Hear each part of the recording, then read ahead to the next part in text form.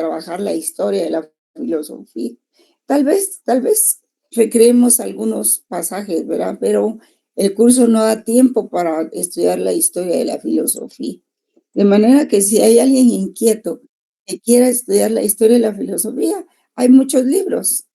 Ahí están citados en la bibliografía. Hay un libro que se llama Historia de las ideas políticas. Y también creo que hay historia de la filosofía. Y hay mucho ahí citado. Sería bueno que pudieran ustedes leer eso, ¿verdad? En el ínterin de su carrera. Yo sé que tienen mucho que leer y no tienen tiempo, pero pueden hacerlo después de cerrar pensum. Siempre es bueno leer, es bueno leer. ¿Cuántos llevamos? 55.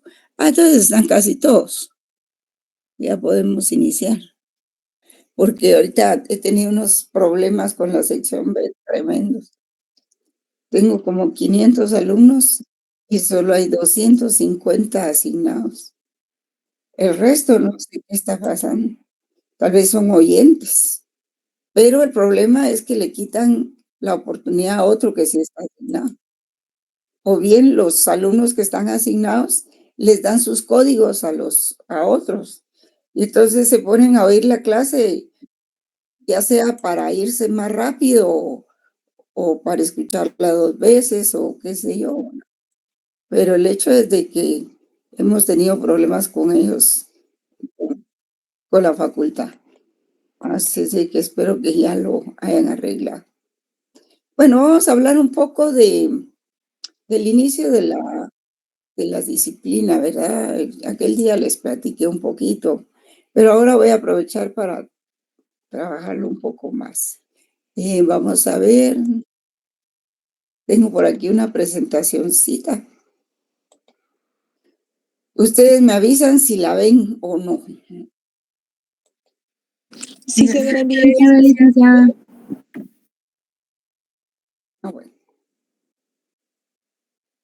Vamos a ver. No la ven muy oscura, ¿no? No, licenciada, se ve bien. Está bien. Ah, va. Bueno, vamos entonces a trabajar un poco lo que es la introducción a la filosofía. Solo voy a quitar esto acá para que ustedes se concentren en la presentación.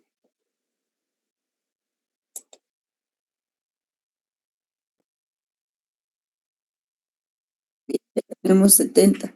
Solo faltan 7 y estamos completos. Bien, jóvenes, entonces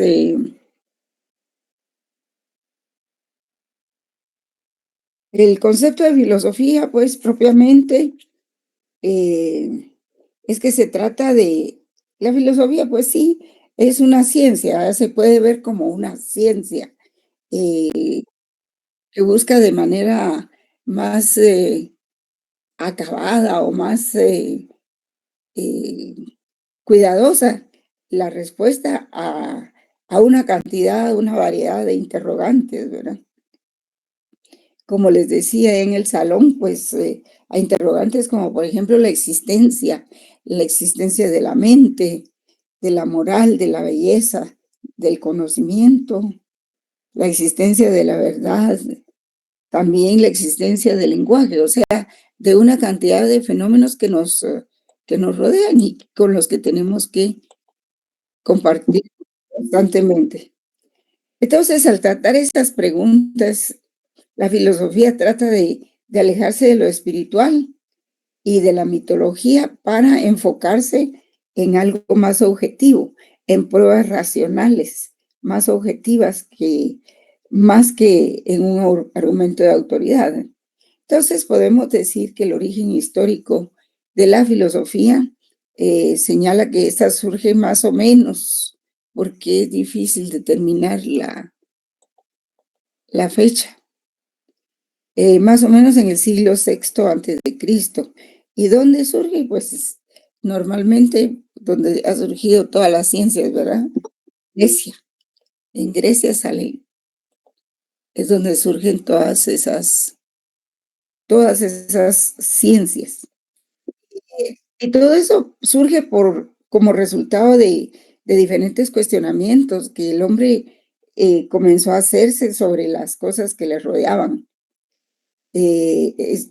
Por ejemplo, cuando Licurgo y Solón, que era un gobernante un poco despótico, ¿verdad? Empezó a imponer impuestos más allá de la capacidad que tenían los súbditos griegos de poder pagar, ¿verdad? Así como ocurre un poco ahora, ¿verdad? Que uno tiene que pagar un yusi exorbitante, porque ya casi que todas las casas, pues por lo menos de la capa media, valen más o menos entre medio millón y 1 millón. Entonces a eso le ponen una tasa del 9% y los impuestos se elevan altísimamente, ¿verdad? Pues un poco eso fue lo que empezó a suceder en Grecia en aquel tiempo. Todo transcurría pues tranquilo, feliz, pero de repente se le ocurre a este gobernante castigarlos con esos impuestos.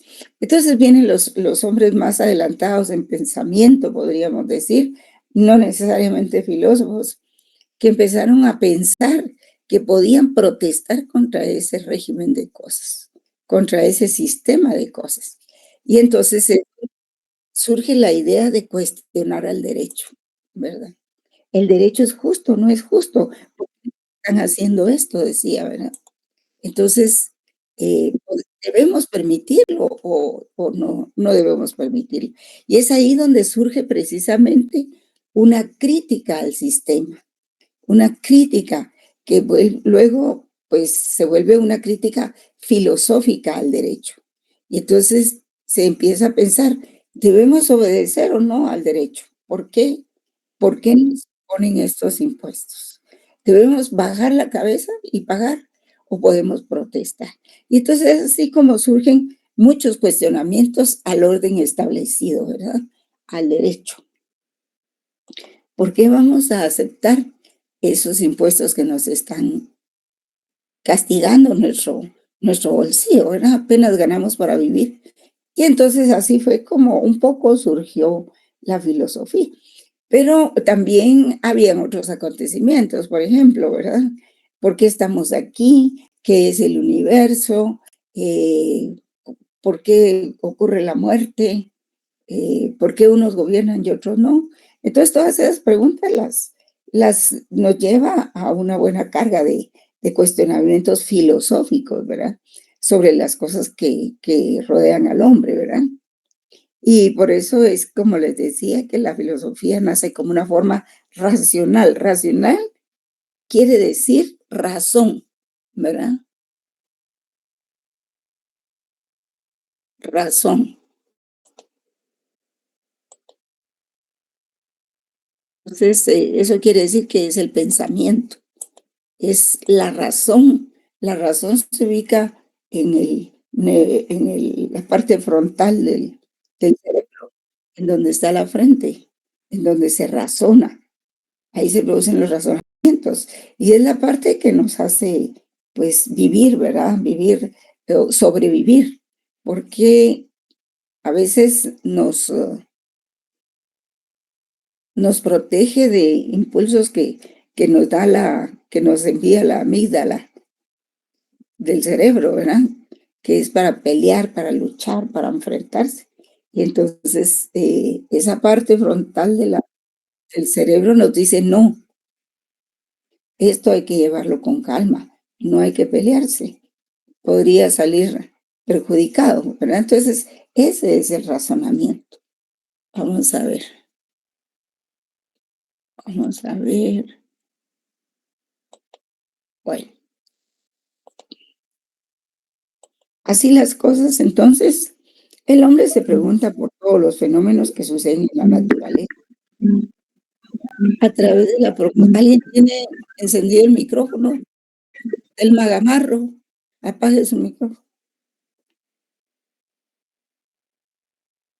Era una forma racional de explicar los fenómenos que suceden en la naturaleza, a través de la promoción de las propias capacidades humanas y marcando distancia de las explicaciones que constituían un mito, porque una cosa es la realidad y otra cosa son los mitos.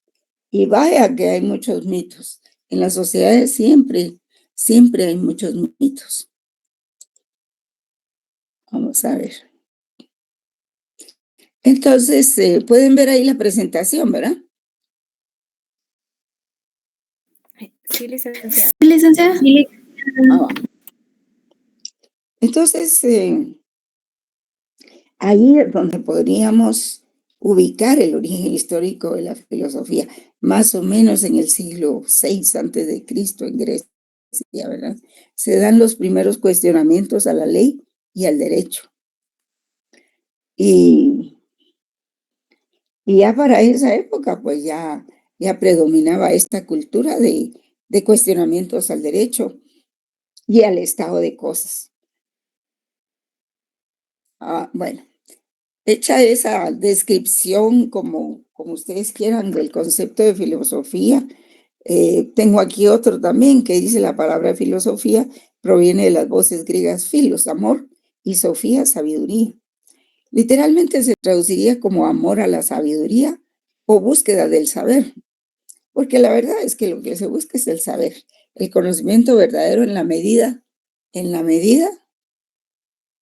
de lo posible, ¿verdad? Entonces, permítame, que esta computadora, como es nueva, está muy inquieta. Bueno, el vocablo surgió en el sentimiento de humildad de Pitágoras, dice, más o menos en el año 582, 500 antes de Cristo. Un filósofo de la Grecia antigua quien solía decir, yo no soy sabio, sencillamente soy un amante del saber. Era muy humilde, ¿verdad? Así lo indicaba que la sabiduría y el amor a ella es un proceso permanente de búsqueda, porque lo que nosotros siempre queremos encontrar es la verdad en la medida de lo posible. Según Ortega y Gasset, que es un solo autor, no son dos, ¿verdad? Ortega y Gasset es una sola persona. En el año 2001 decía que filosofar es pensar. El ser humano se enfrenta a un mundo caótico e intenta ordenarlo en su mente. Y ese esfuerzo, cuando se sistematiza, se convierte en una actividad filosófica. Sin embargo, la verdadera filosofía, según el autor, no conduce a ideas concretas, cristalizadas, sino a procesos de liberación en la cual, digamos que la verdad se libera de todos los dogmas. Y a partir de su origen, el sentido no ha dejado de evolucionar, pues casi cada filósofo ha aportado su propia definición. De hecho, la mayoría de estas definiciones proviene más que de los filósofos mismos, de los autores de textos didácticos. Por ejemplo, uno de los objetivos que tenemos en el programa es que ustedes logren elaborar su propia definición de lo que es filosofía del derecho, pero sobre los fundamentos que aquí se les proporcionan, ¿verdad? Por eso es que esa pregunta puede ser de examen también, ¿verdad? Pero no como su opinión, sino como dicen como se dio en la clase. Y entonces, la filosofía sirve también para ofrecer una visión coherente de su objeto de estudio, ¿verdad? Sobre todo en la academia, que es donde nosotros estamos. Y más que aventurar una definición cerrada y certera, pues siempre se aportan algunos elementos que permiten caracterizar a la filosofía. De manera que hay que leer los documentos que les di, jóvenes. Pero no solo eso, tomen cualquier texto de los que están en la bibliografía para ordenar su mente, para leer más. Por ejemplo, hay una ilustración muy bonita y es como un cuento que les voy a contar en este momento. Dice el autor Ferber en 1995, acude a lo que se llama el mito de la caverna. ¿Quién inventó el mito de la caverna? Pues lo inventó Platón, ¿verdad? Y ese mito de la caverna servía para explicar la esencia de la actividad filosófica. El mito es originario de Platón en el año 427, 347 más o menos, antes de Cristo, ¿verdad? Y consiste en lo siguiente. Una persona o personas están sentadas en lo más profundo de una caverna, atadas de espaldas a la salida, y solo pueden observar en la pared de la caverna la sombra proyectada de animales y seres que pasan frente a una hoguera. Y la sombra que se proyecta ahí es lo que ellos conocen como realidad, ¿verdad? Solo eso pueden ver. Es lo único que sus sentidos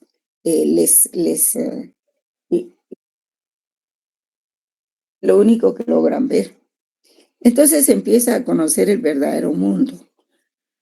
Alguien sale de la caverna, ¿verdad? De repente se escapa y empieza a conocer el verdadero mundo.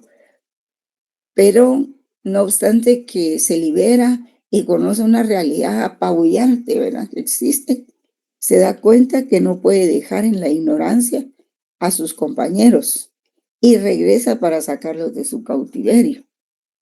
Y entonces les explica que hay una realidad brillante, con luz, con colores, con hombres, con todos los seres vivos y todo, y que eso que ven reflejado en la cueva no es lo verdadero, sino que lo verdadero está afuera. Sin embargo, sus compañeros no le creen. Y ellos pues están felices entre las sombras y no quieren escapar de sus cadenas. Entonces, del mito de la caverna hay varios aspectos que se pueden inferir, ¿verdad? Por ejemplo, que los seres humanos somos prisioneros de falsas percepciones de la realidad. Por ejemplo, todo lo que proyectan las redes sociales, los medios de comunicación, así como hay buenas redes que sí proyectan cuestiones verdaderas, hay otro montón de redes que tratan de manipular la opinión, ¿verdad? Y normalmente estos nos presentan una realidad falsa y distorsionada. Entonces nosotros poseemos muchos prejuicios o conocimientos que creemos que son verdaderos, pero que carecen de fundamento. Solo es lo que vemos, ¿verdad? Podemos luchar para romper la ignorancia. Hay dos tipos de conocimiento, jóvenes, y eso se los voy a decir en la próxima clase, pero me parece importante avanzar con eso hoy. Uno es el conocimiento científico, que se basa en el descubrimiento de fenómenos con base en un plan de investigación, una hipótesis que se descubre y se comprueba y se experimenta.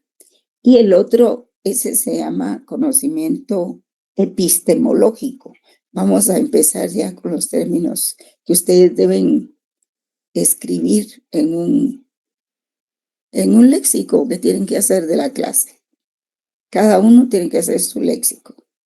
En un cuaderno, con líneas, sin líneas, eso es irrelevante. Lo importante es que lo hagan. Y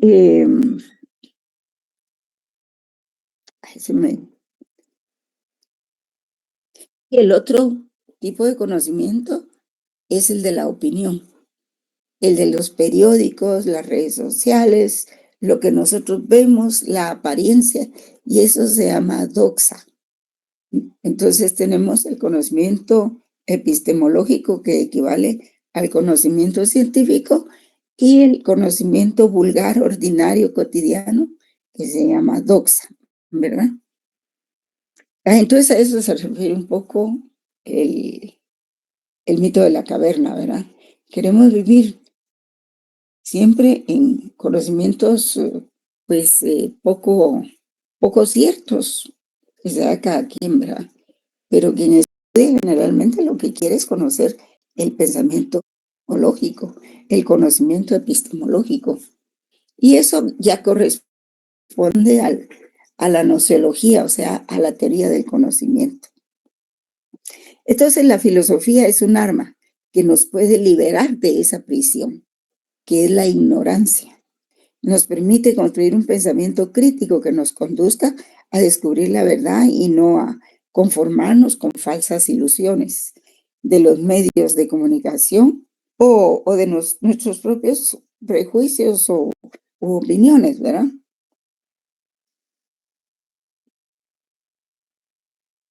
Entonces el proceso de de liberación de los prejuicios es doloroso, no es nada fácil, porque lo que yo creía que era así, resulta que no era así, ¿verdad? Y entonces estamos acomodados, nuestra zona de confort eh, nos conforma a creer ciertas falsedades y nos resistimos a cambiarlas. Por ello, esto se puede comparar como la iniciación filosófica con la metamorfosis de la oruga, ¿verdad? Ustedes han visto cómo es la oruga, el gusanito ese que anda por todos lados comiéndose las hojas, que luego se deja de hacerlo y se cuelga de una membrana, ¿verdad? Y ahí esperan el momento de maduración. Y entonces cuando ya es mariposa, abre él mismo la oruga y vuela, ¿verdad?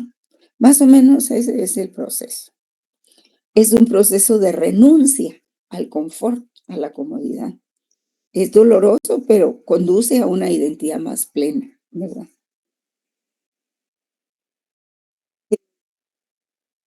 Pues definitivamente a estas alturas de la carrera que ya tienen ustedes un noveno semestre, pues ya cuentan con cierta filosofía de alguna manera, ¿verdad? No son totalmente ignorantes de la filosofía.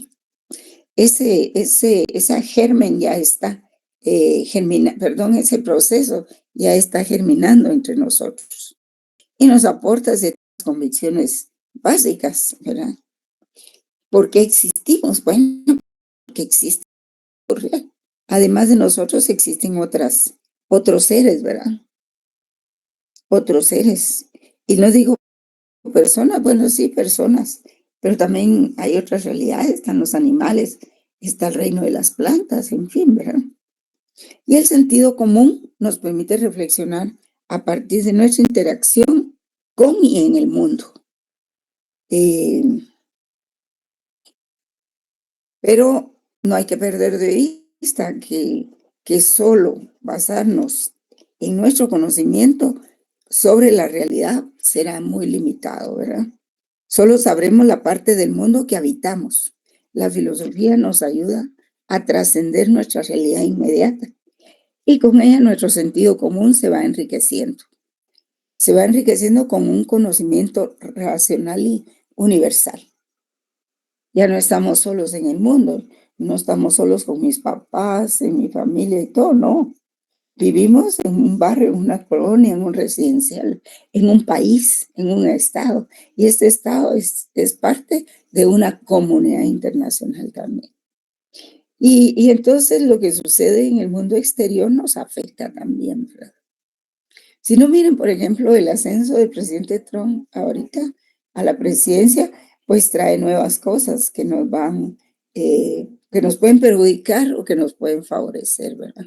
Hay cambios en la política internacional y eso puede ser negativo, puede ser positivo para nosotros. Porque también el sentido común puede engañarnos, ¿verdad? Los datos que aporta la experiencia, la costumbre pueden ser falsos. Por ello, cuando se asume una actitud filosófica, tenemos que superar las limitaciones y los errores que nos pueden conducir al sentido común, a que nos puede conducir el sentido común. Y lo que parece que es, resulta que no lo es, ¿verdad? Entonces, el filósofo Escobar en el año 2002 señala 6 características fundamentales de la filosofía. Dice que hay que tener un conocimiento crítico, una certidumbre radical, o sea, estar seguro de lo que se dice, y una actividad fundamentadora. ¿En qué me baso yo para decir tal o cual cosa? Y una tendencia a la universalidad, o sea, no hay que perder de vista el aspecto universal. Y la sabiduría, ¿para qué nos sirve? ¿Para qué nos sirve toda esa sabiduría? Pues para aplicarla a nuestra propia vida, ¿verdad? O una forma de vida y praxis, es la práctica social. Entonces ya no somos del montón, ¿verdad? ¿O sí somos del montón? No, no somos del montón porque estamos pensando filosóficamente. Entonces, la filosofía podemos decir que es una actividad crítica, pues que en la práctica pone en duda su conocimiento cotidiano. que es la doxa, lo enjuicia y está abierto a cambiarlo. El filósofo tiene una gran capacidad de reinterpretación gracias a su tendencia a la observación y al análisis.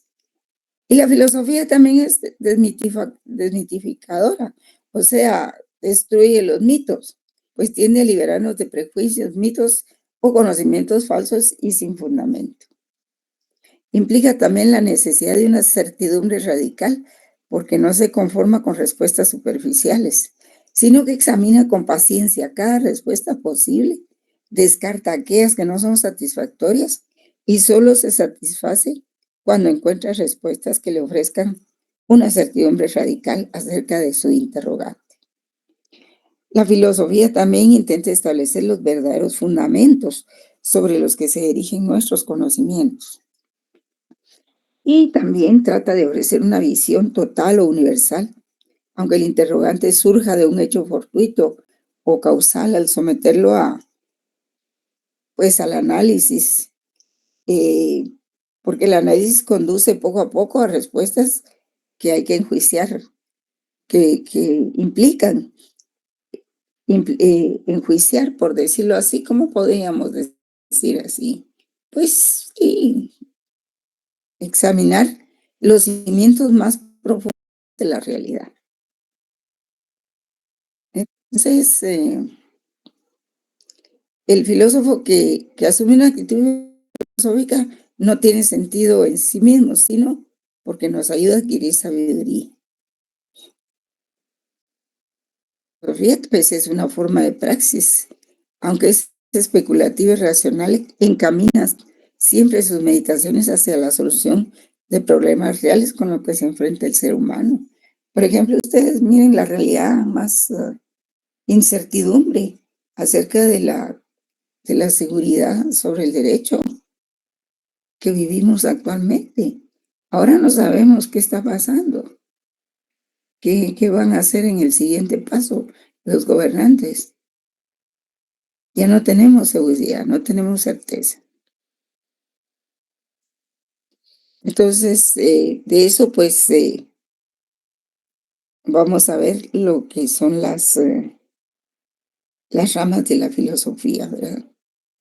Y ahí pueden ver ustedes, ¿verdad?, que está la metafísica en primer lugar.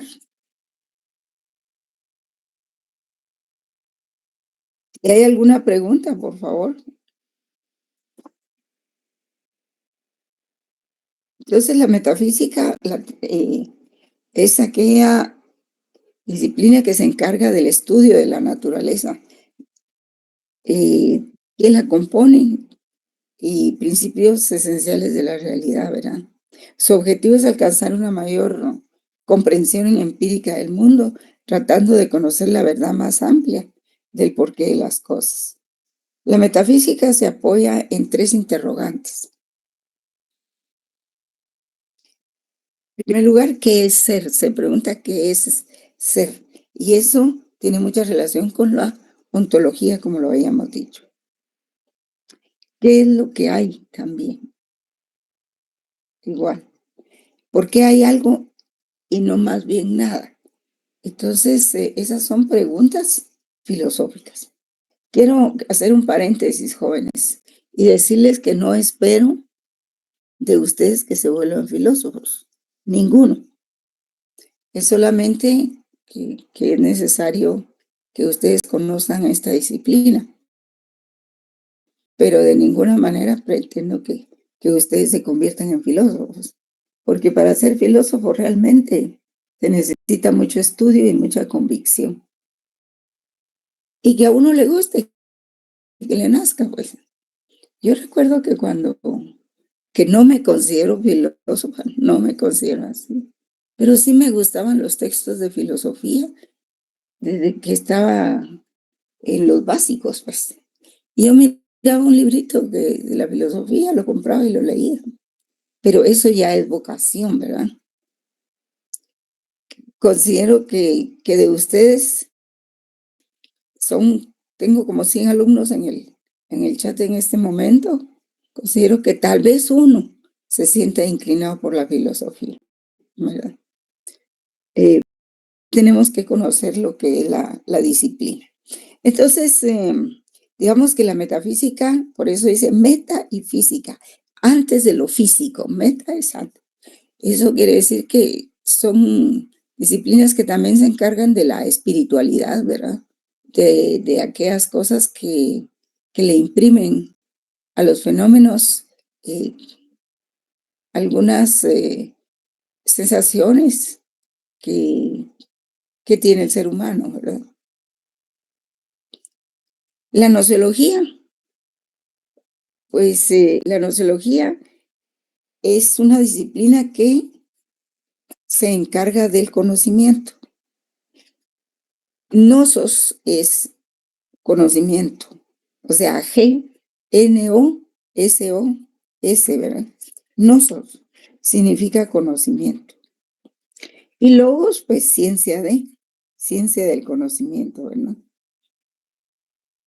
Entonces,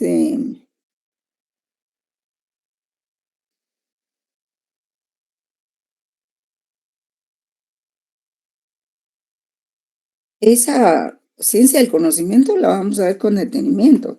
Tengo una presentación ahí en donde se explica las partes del conocimiento, en qué forma se concibe el conocimiento, como les decía, doxa y episteme. Doxa es el conocimiento cotidiano y episteme es el conocimiento científico, ¿verdad? Ambos son importantes para el conocimiento. No podemos decir que porque aquel es un conocimiento ordinario lo vamos a descartar, no, todos son importantes. Entonces, la nociología se encarga de analizar el origen de la naturaleza, así como el alcance del conocimiento humano. Y no solo investiga los conocimientos particulares, como la física o la matemática, sino que también se encarga del conocimiento en general. La nociología se asocia con la epistemología. Epistemes son verdades. Doxa es conocimiento cotidiano, es opinión. Las doxas es opinión. La episteme es conocimiento verdadero, ¿verdad? Son ciencias, teoría científica.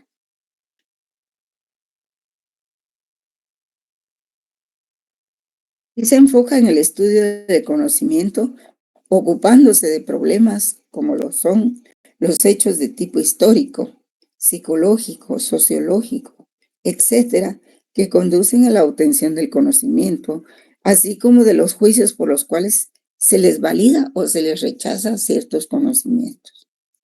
Y leyendo a este filósofo, que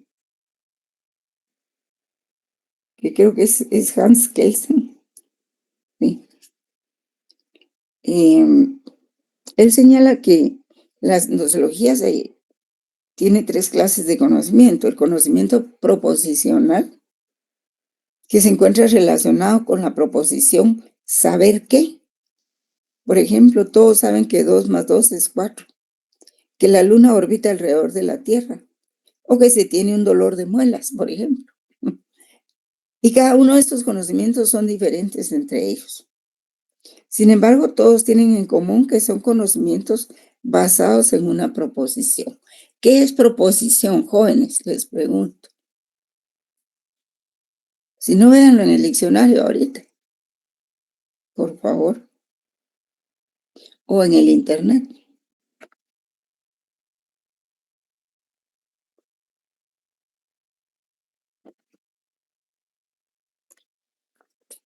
A ver, ¿qué es proposición? Cuando se habla del término proposición, se usa para referirse a las entidades portadoras de los valores de la verdad, los objetos de las creencias y otras actitudes proporcionales. Enunciado que puede ser calificado de verdadero o falso.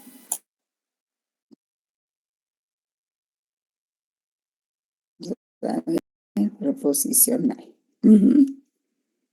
Le agradezco mucho hoy, porque así salimos de una. Pues así tienen ustedes que hacer su léxico. Cada palabra que no sea del común denominador de su conocimiento, hay que verlo en el diccionario, ¿verdad?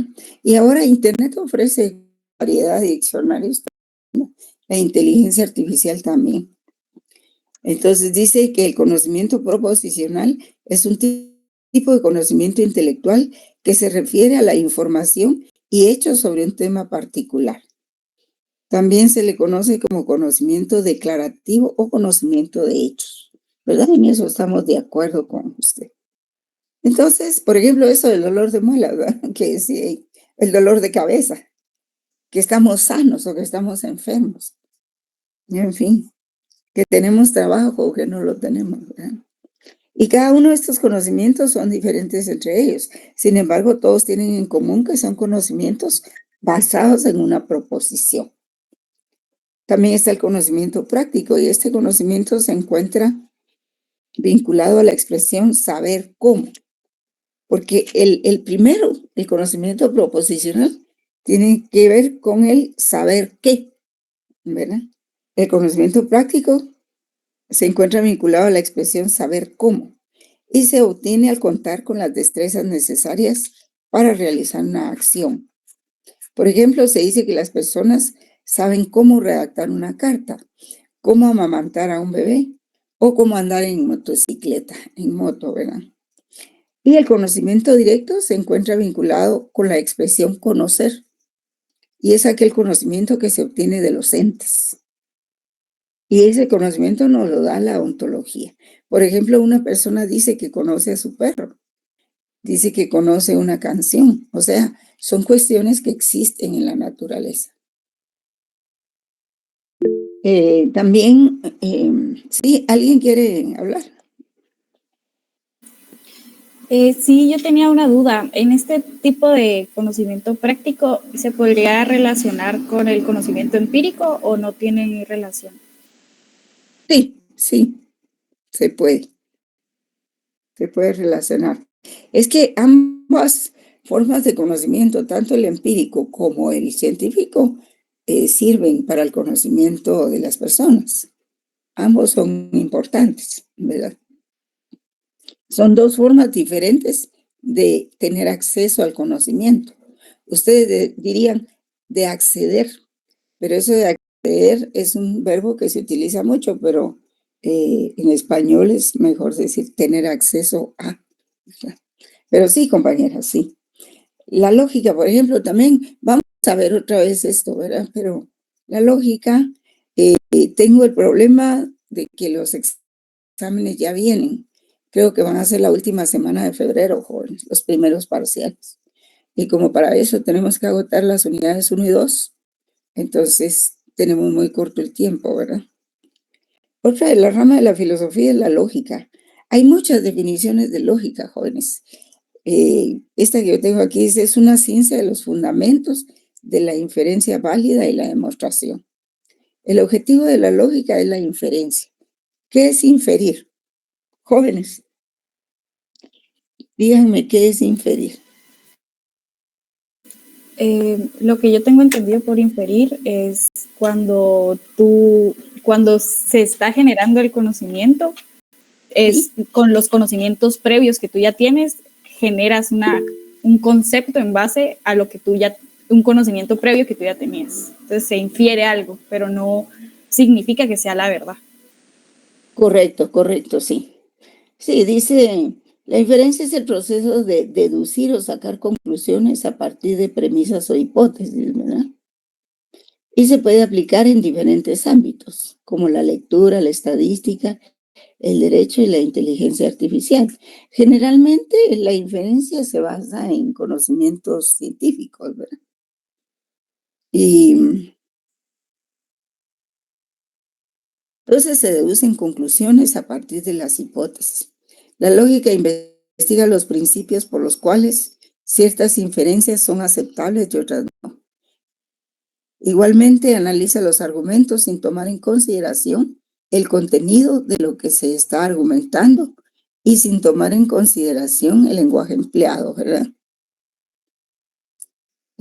Repetir, la lógica investiga los principios por los cuales ciertas inferencias son aceptables y otras no. Igualmente analiza los argumentos sin tomar en consideración el contenido de lo que se está argumentando y sin tomar en consideración el lenguaje empleado. Sí, hay otras definiciones que nos dicen que la lógica es la ciencia que nos enseña a pensar, ¿verdad? Que es digamos, que nos da una guía del pensamiento. Hay tantas definiciones en cada una, ¿verdad? Pero lo importante, creo yo, es que uno tenga una idea de lo que son todos esos conceptos. Porque miren, jóvenes, el problema con derecho, bueno, no es problema, podría decirle ventaja, ¿verdad? Es que los abogados somos todólogos. Y entonces el abogado es el profesional que sabe decir las cosas, que sabe utilizar el lenguaje y que utiliza el lenguaje exacto, preciso, para identificar los conceptos y los fenómenos. Entonces, por eso es que en derecho hay que estudiar mucho, ¿verdad? Y no podemos sustraernos de ningún conocimiento, salvo de la medicina, ¿verdad? Que el ejercicio de la medicina, pero aún del ejercicio de la medicina quirúrgica, ¿verdad? Porque si alguien se queja con nosotros de que tiene un dolor o un padecimiento, pues nosotros con nuestros conocimientos generales podemos más o menos dibujar qué puede pasar en una persona, aunque no podemos recetarlo ni decir que esa es la última ratio. Entonces, por eso es de que hay que leer bastante, jóvenes. Y no se conformen con las cápsulas que yo les pueda dar en la clase, porque nuestras clases son muy escasas, sino que lean, ¿verdad? Lean otros documentos. Tenemos, por ejemplo, la ética.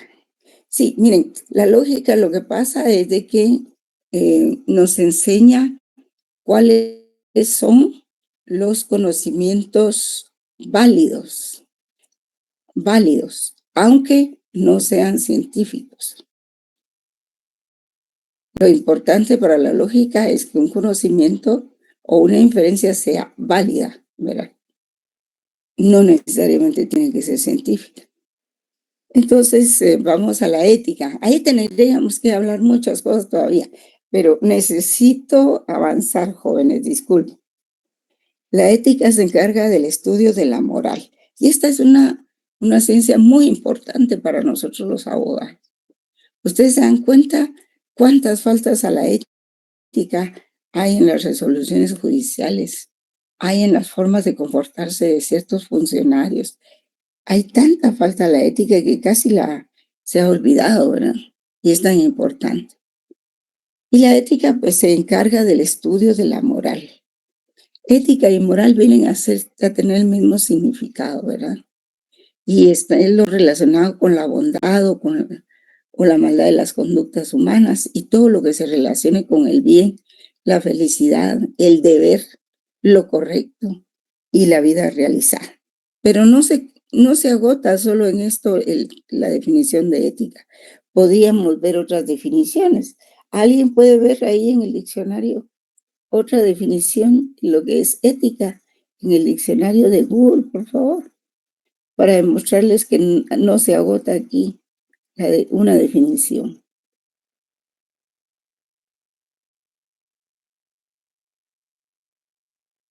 Dice el diccionario: la ética es un conjunto de principios morales que guían el comportamiento de las personas y la sociedad y se basa en el estudio del comportamiento humano y de los valores y busca el bien común. ¿Alguien tiene otra ahí? Lo escucho. Yo encontré otra, licenciada. A ver. La ética pretende descubrir qué hay detrás de la forma de ser y actuar del ser humano, al tiempo que trata de establecer reglas de lo que es bueno y lo que es malo. En sentido, la importancia de la ética radica precisamente en saber qué está bien y qué está mal como individuos en la sociedad. Muy bien. Muchas gracias, sí. Y entonces hay cientos de definiciones de cada una de estas ramas, pero si nosotros las leemos todas, encontramos los fundamentos más importantes, ¿verdad? Con tales o cuales palabras, pero no se desvían de los principios principales, perdón, de los principios fundamentales. Es la ética la que vigila el comportamiento de las personas y la moral también lo hace, pero vamos a ver más adelante en qué se diferencia la moral de la ética. Generalmente, para anticiparles algo, es que la moral se refiere más que todo al comportamiento social, ¿verdad? La moral social, el comportamiento de una sociedad, de una comunidad, ¿verdad? ¿Qué es lo que se siente, lo que se percibe como bueno o malo en una sociedad?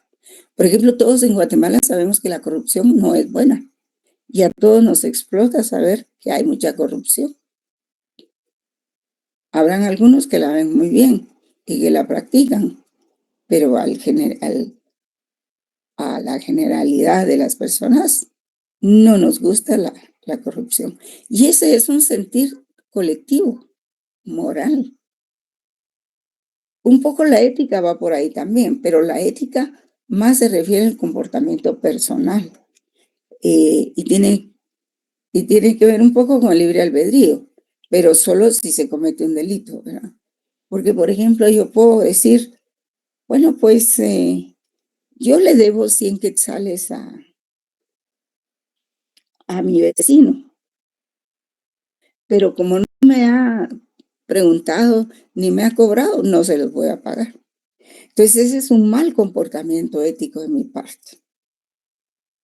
Porque si yo sé que tengo esa deuda, yo debo pagarla, sin que me digan, ni que me llamen, ni nada de eso.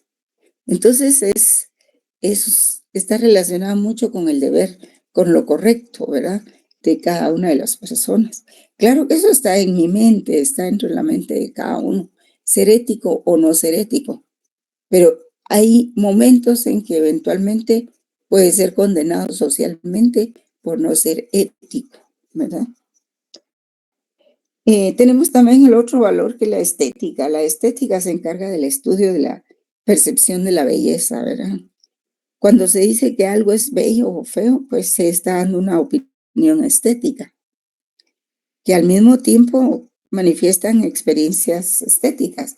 Y por lo tanto, la estética busca analizar estas experiencias de opiniones, eh, saber cuál es su naturaleza y los fundamentos que tienen en común, ¿verdad? Algo bello no tiene que ser solamente unas flores o una persona. Algo bello, pues, es un comportamiento correcto, ¿verdad? Me gustó mucho el comportamiento del abogado fulano tal, ¿verdad? Fue una acción muy bella, sí, ¿verdad? Entonces la percepción de la estética está latente en cada una de nuestras actuaciones. Y al hablar también de la filosofía de la naturaleza, se hace a aquella que se encarga del estudio de los fenómenos, que se caracterizan como naturales y que pueden comprender desde el movimiento hasta la composición de las cosas que constituyen la realidad, pasando por el cosmos, ¿verdad? Por lo general, incluso la religión, e incluso por el cuerpo humano. Y las características que más resaltan de la filosofía de la naturaleza son algunas que se desarrollaron cuando se desarrollan diferentes concepciones, tanto idealistas como materialistas. Porque saben ustedes que la filosofía, bueno, el conocimiento también, eh, hay unos partidarios del racionalismo y otros partidarios del materialismo, ¿verdad? Pero el racionalismo se relaciona con el idealismo, en tanto que el materialismo es el conocimiento que se adquiere por los sentidos y por eso se dice materialista. En cambio, el conocimiento que viene de la razón, ese conocimiento pues viene a ser idealista, porque no se basa en lo que ven los sentidos propiamente, sino se basa en deducciones e inferencias que hacen los doctos en diferentes materias, ¿verdad? Entonces, por eso es que hay filósofos idealistas y filósofos materialistas.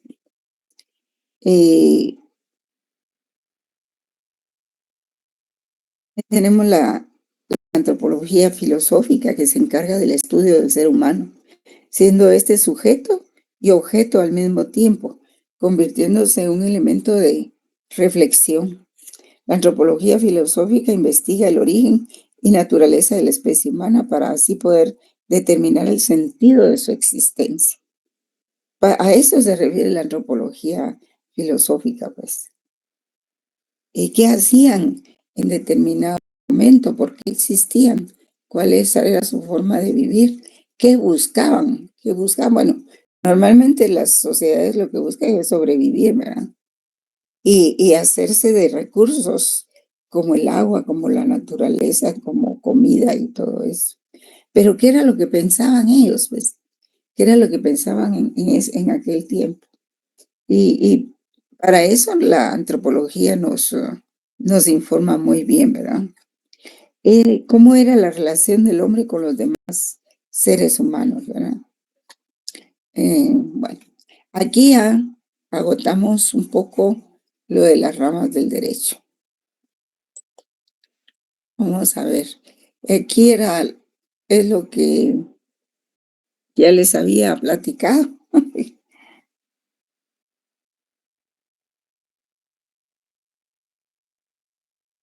Podríamos decir, pues, que ahí está la metafísica, está la filosofía del lenguaje o pragmática. Cuando les hablan de filosofía analítica, la filosofía analítica se encarga del estudio del lenguaje, cómo se creó el lenguaje, a qué obedece el lenguaje, cuál era la relación dialéctica que se daba entre el habla y el pensamiento, qué desarrolló el pensamiento, el lenguaje, o qué desarrolló el lenguaje, el pensamiento. O sea, hay una relación dialéctica que es muy difícil de deslindar a veces. Está también la filosofía del lenguaje o pragmática, la filosofía de la historia, ¿verdad?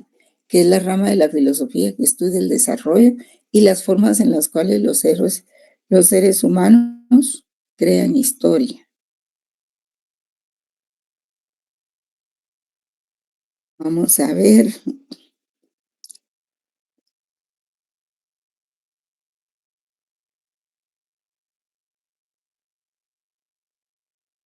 ¿Cómo se puede hacer una comparación entre ciencia y filosofía?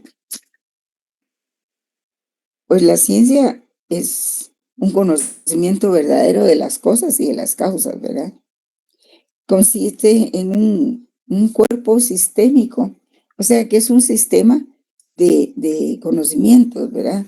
De doctrina acerca de una rama del saber humano. Ustedes tienen ahí un documento que yo les di que dice, hay una pasta que dice Máximo Pacheco, y ahí él hace una comparación entre lo que es filosofía y entre lo que es ciencia. No sé si ya lo leyeron.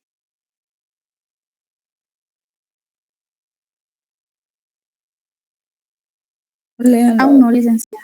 y busquen eso. Él son unas pocas páginas nada más.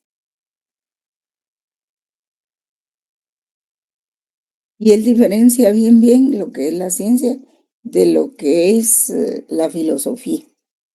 Claro que a la filosofía se le considera como una ciencia,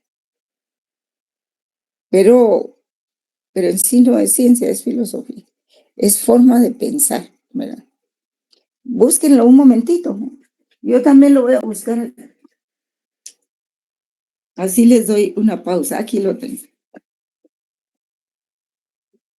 Es el que les envié.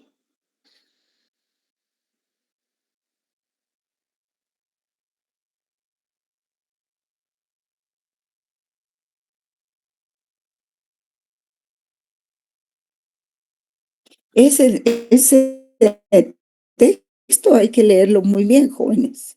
Es importante leerlo. Por ejemplo, por aquí dice Filosofía del Derecho. y arranca con Rodolfo Stammler, que ya es la filosofía en la época moderna, no la filosofía antigua de la que les estaba hablando, ¿verdad? Entonces dice, toda cuestión, en el segundo párrafo, si me llevan la lectura, dice, toda cuestión de derecho se plantea frente a hechos concretos de la vida. Encierra siempre una especial aspiración positiva o negativa y se basa necesariamente en determinadas normas e instituciones. No hay una sola aspiración jurídica, ni una norma en que se condense que no se haya condicionada históricamente como producto de una situación dada.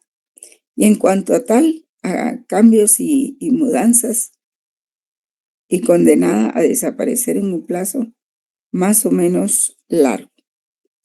Pero hay algo común en todas las adquisiciones, en todas las disquisiciones planteadas, dice él, y es el concepto del derecho, que les imprime peculiaridad armónica y la reduce a unidad. El concepto de derecho es el que delimita y separa las normas jurídicas de otras manifestaciones típicas, los meros hechos naturales, la moral, los usos sociales y el poder arbitrar.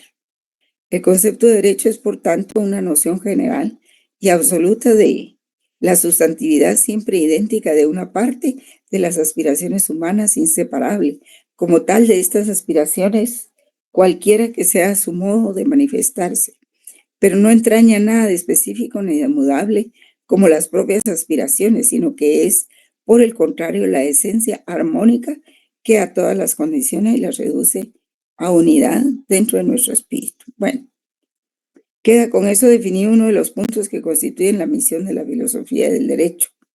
¿Qué constituye la misión de la filosofía del derecho? A eso vamos aquí. Es desenvolver el concepto del derecho y ver cómo aparece en la vida humana. Esa es la misión de la filosofía, pero de la filosofía del derecho. Pero también misión de la filosofía del derecho es también, en segundo lugar, porque aquello es en primer lugar, en segundo lugar,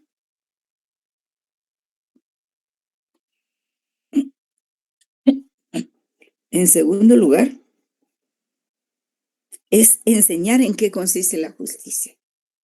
Digamos que un fin inmediato de la filosofía del derecho es enseñar en qué consiste la justicia, ¿verdad? El concepto de derecho es una noción parcial que solo sirve para deslindar una categoría de actos de la voluntad humana frente a otras modalidades y categorías de la voluntad, por ejemplo, la moral, los dictados convencionales y el poder arbitrario. Conceptos estos que hemos de empezar por delimitar y definir con arreglo a notas lógicas, características. Pero resulta este problema, por encima de él surge enseguida otra cuestión, la de saber si son legítimos intrínseca y fundamentalmente los dictados de la voluntad así investigados y clasificados. Ese es un problema distinto que nada tiene que ver con la clasificación de los actos de nuestra voluntad en categorías diferentes, conceptualmente definidas. No se podía, por ejemplo, trazar la distinción entre las normas jurídicas y los preceptos de la cortesía u otras prácticas cualesquiera, diciendo que aquellas son únicas que ordenan porque ordenan lo justo, como si los demás preceptos solo pudiesen disponer en un sentido reprobable e idénticamente por lo que se refiere a la contraposición entre el derecho y la moral, o a la diferencia entre los imperativos jurídicos y los que emanan de la violencia. Sí, eso se refiere a lo que fue en un tiempo el problema de la separación de las normas jurídicas y de las normas convencionales. ¿Se acuerdan ustedes en su primer curso de introducción al derecho? Que se les explica cómo se distinguen las normas morales de las normas convencionales y del derecho, ¿verdad? ¿Se recuerdan? Entonces, realmente uno de los que hizo un gran esfuerzo respecto a eso fue Thomas Hobbes. En su momento, él tuvo que hacer esos grandes tratados en donde se diferenciaban las normas de derecho propiamente por la coacción y lo que eran las normas morales y de los convencionalismos sociales. Que los convencionalismos sociales no tienen una reacción no conllevan una coacción en sí mismos, sino solamente el rechazo de la sociedad cuando no se observa. Igual con la moral, ¿verdad? Entonces, yo imagino que ese debe haber sido un trabajo muy, muy fuerte, muy grande para separar unas normas de otras. Entonces,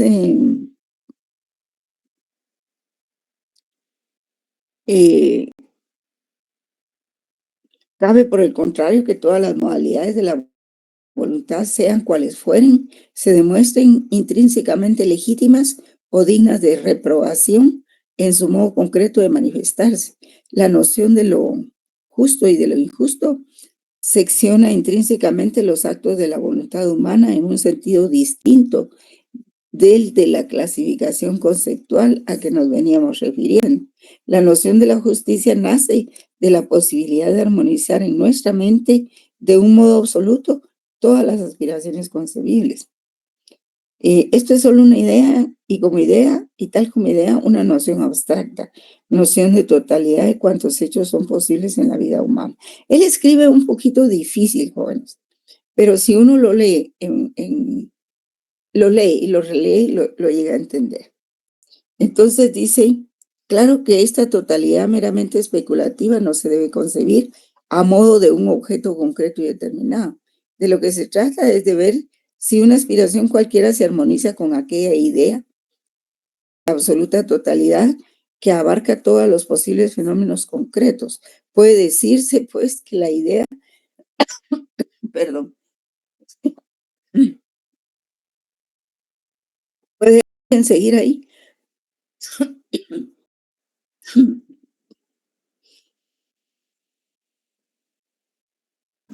¿En qué página va, licenciada? Mire, este es el documento que les envié por internet, que habla de filosofía, ciencia y técnicas del derecho. Página 88. No, es 688.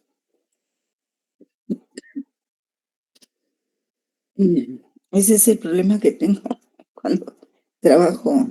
Hablo mucho, me da tos. Cabe, por el contrario, que todas las modalidades de la Un voluntad poquito más abajo, sean... en el siguiente Ay, párrafo. esto es solo una idea y como tal idea una noción abstracta, noción de totalidad de cuántos hechos son posibles en la vida humana. Claro que esta totalidad meramente especulativa no se debe concebir a modo de un objeto concreto y determinado. De lo que se trata es de ver si una aspiración cualquiera se armoniza con aquella idea de,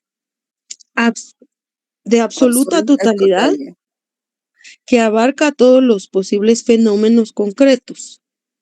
Puede decirse, pues, que la idea es como la estrella polar que nos guía a través de los hechos de la experiencia sin que ella misma se pueda nunca presentar en toda su integridad en la realidad sensible. ¿Sigo, licenciada? No, dejémoslo ahí. Vamos a Muy bien. continuar con el otro tema que teníamos. Muchas gracias por ayudarme, ¿no? Bueno, entonces estábamos con nuestra presentación, ¿verdad? Quiero ver si agotamos ese tema hoy, porque tenemos muy poco tiempo, ¿verdad? Entonces, estas son todas las ramas de la filosofía. Aquí tienen ustedes la metafísica, la filosofía del lenguaje pragmático, la filosofía de la historia, la filosofía de las religiones y la filosofía del derecho, ¿verdad? Que es cuando ya la filosofía en general se vuelve práctica. Ya no estamos viendo la filosofía en general, sino que entramos a la filosofía del derecho, concretamente. Estudia los fundamentos filosóficos del derecho como orden normativo e institucional de la conducta humana en su sociedad. Luego, la aplicación de la filosofía en el derecho, ¿verdad? Amplia aglutina el estudio filosófico no solo de la norma jurídica positiva, sino de todas las corrientes de pensamiento que sirven de fundamento al propio derecho, entendido como orden normativo e institucional de la sociedad. Más adelante van a ir captando más estas definiciones. El estudio del derecho como fenómeno y como ciencia de la norma jurídica positiva en general. Porque yo al principio, el primer día, ¿se recuerdan que les dije que la filosofía del derecho se divide en tres? El estudio de la teoría de los entes, ¿verdad? Luego el estudio jurídico propiamente, que se refiere a el derecho como ciencia, se refiere al derecho como ciencia. Y los estudios de los jurisconsultos, ¿verdad? Que esto ya se refiere a los estudios sesudos de los jurisconsultos. Entonces, hay digamos, en este mismo texto, donde está Máximo Pacheco, que veníamos viendo, más o menos, les voy a decir en qué parte, está lo que dice Del Vecchio acerca de la filosofía del derecho. Y él dice que la ve como, vamos a ver, en tres partes. Lo que pasa es que esto tiene la letra, aquí está. En la página siempre 688, si la tienen a la vista, ¿verdad? Dice aquí,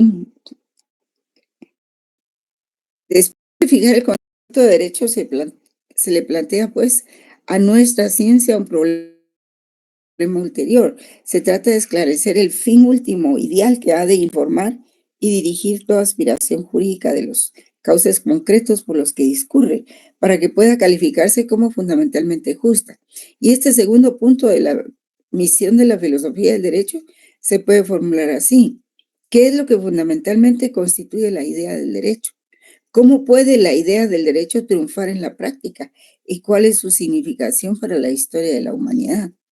Entonces viene Giorgio Del Vecchio, que ustedes lo pueden ver ahí, y dice, este filósofo italiano estableció que la filosofía del derecho es la disciplina que define al derecho en su universalidad lógica, investiga los orígenes y los caracteres generales de su desarrollo histórico y lo valora según el ideal de la justicia trazado por la pura razón. Por favor, ponerle atención a eso, ¿eh? Giorgio Del Vecchio establece que la filosofía del derecho comprende tres investigaciones: la lógica, la fenomenológica y la deontológica. Dice que ninguna ciencia jurídica en sentido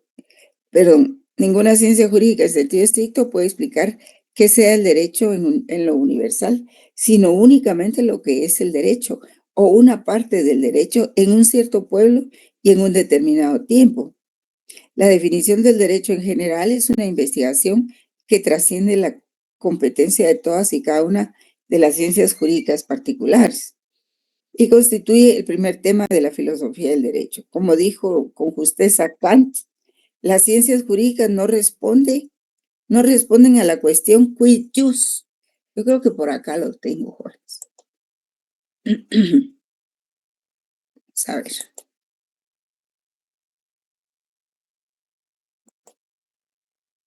A ver. Bueno, no sé. Pero lo que quiero dejarles en el pensamiento es esto. Dice, Kant dijo, las ciencias jurídicas no responden a la cuestión quid jus, que quiere decir lo que debe entenderse en general por derecho, sino que la filosofía del derecho se dirige a la pregunta quid juris, que significa qué ha sido establecido como derecho por un cierto sistema. Y si queremos conocer el derecho en su integridad lógica, esto es saber cuáles son los elementos esenciales comunes a todos los sistemas jurídicos. Debemos forzosamente superar las particularidades de estos sistemas y mirar el concepto universal del derecho. O sea, no es lo mismo estudiar cada derecho en cada país que estudiar el derecho en general, ¿verdad? La definición de tal concepto implica, o sea, el concepto universal, y supone varias indagaciones, a saber, sobre la relación entre la moral y el derecho, sobre la distinción de los varios aspectos o momentos constitutivos del derecho, objetivo y subjetivo, también sobre varios conceptos compenetrados con el derecho o conexos con él, por ejemplo, el de la coercibilidad. Además, los conceptos de sujeto del derecho, el concepto de relación jurídica, todos estos temas pertenecen a la filosofía del derecho y constituyen una esfera propia de la investigación de la misma. Pero eso es leer la filosofía del derecho como teoría, como lógica, perdón, como fenómeno.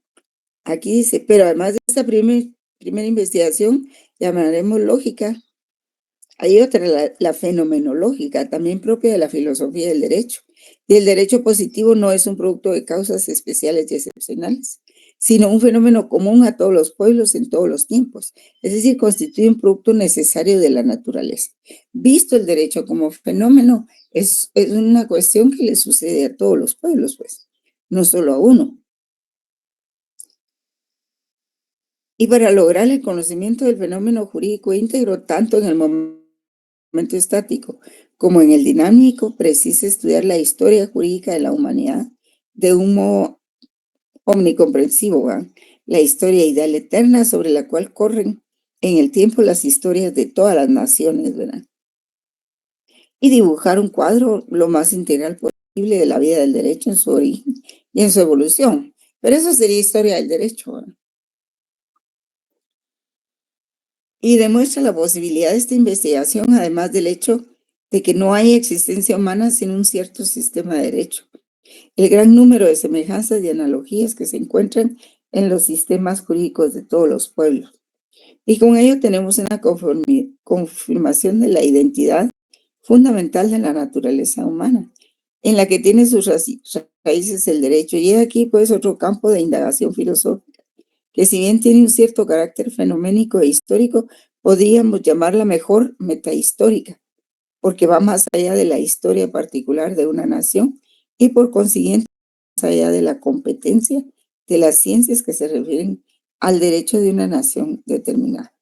Y en este último párrafo dice, estas son las dos primeras investigaciones de la filosofía del derecho, más hay una tercera que es la deontológica, que es la mente humana. Nunca ha permanecido pasiva por completo frente al derecho. Jamás se ha dado por plenamente aquietada con el hecho consumado, como si fuese un límite insuperable. Todo individuo siente en sí la facultad de juzgar y valorar el derecho existente. Cada uno dentro de sí tiene el sentimiento de la justicia, y de aquí la posibilidad de una investigación que es totalmente distinta de las que llevan a cabo las ciencias jurídicas en sentido estricto.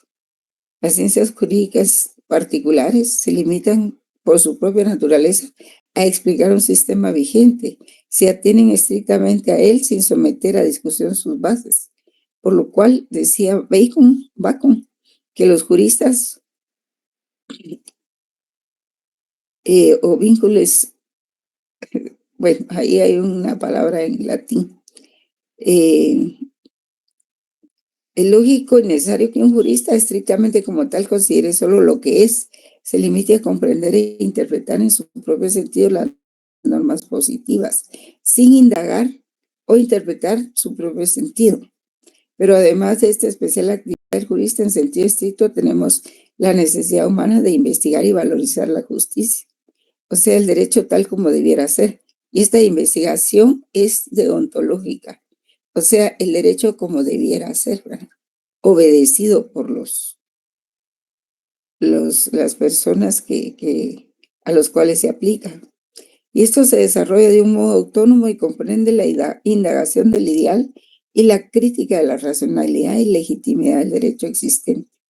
La filosofía del derecho en esta específica función suya investiga cabalmente aquello que debe o debiera hacer en el derecho, frente a aquello que es contraponiendo una verdad ideal a una verdad empírica. Y esa es la importancia de eso, ¿verdad? Que, como dice Giorgio del Vecchio, que el derecho hay que investigarlo como lógica, como qué otra cosa decir, como fenómeno y como deontología, el mundo del deber ser. Y eso es lo más importante de ese material. Bueno, entonces, dejamos ahí. Ya me están poniendo atención. Licenciada, aquí estamos. Aquí estamos. Licenciada. Es un poco complicado introducir el tema, jóvenes. Ustedes saben que lo más difícil son las primeras lecciones sobre filosofía del derecho. Porque es una ciencia diferente, muy complicada, por cierto, y que maneja muchos vocablos, ¿verdad? Entonces, ahorita en la introducción yo lo que hice fue darles algunas ramas de la filosofía en general, de la filosofía del derecho, pues hasta esto que vimos de Giorgio del Vecchio, ¿verdad? Y en cuanto ustedes tengan clara, bien aclarados los conceptos de que usa la filosofía en general, entonces podemos seguir con la filosofía del derecho. Yo creo que mañana vamos a insistir en eso. Y la otra semana ya vamos a entrar con el positivismo y el naturalismo para estar así preparados para el examen, ¿verdad? Licenciada, disculpe, a 100 por hora. Disculpe, licenciada, estas diapositivas las va a enviar a Classroom. No, no las envío. No las envío. Pero ustedes las pueden ahí fotografiar, ¿verdad? Sí, gracias, O las licenciada. podemos terminar de ver mañana, el viernes, ¿verdad? Lo que yo les envío son materiales, son documentos, porque podrían comprar un libro, pero bueno, hay tantos libros y tantos puntos de vista que a veces es mejor enviarle los documentos, ¿verdad? Para que ustedes los vayan leyendo. Pero no envío las filminas, jóvenes. Que digamos que las filminas son cápsulas que yo elaboro para mí, ¿verdad? Para que me sirvan como guía para poder explicar la clase. Entonces no están completas en los puntos que deben explicar, porque si no, solo pasaría las filminas y no explico, sino solo son pequeñas citas para poderme guiar en la explicación. Bien, jóvenes, que pasen buena tarde. Seguimos mañana, perdón. Seguimos el viernes. Gracias.